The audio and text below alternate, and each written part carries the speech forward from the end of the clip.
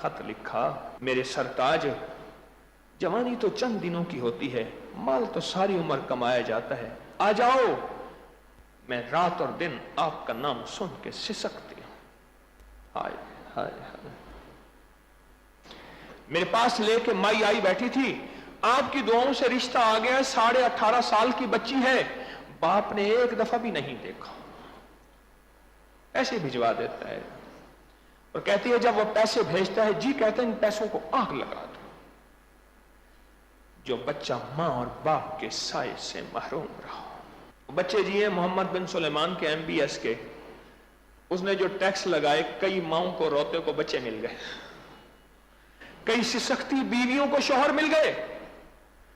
हाँ, कई ऐसे बच्चे थे जो मां या बाप के होते हुए भी यतीमों की जिंदगी गुजार रहे थे, उन्हें बाप मिल गए।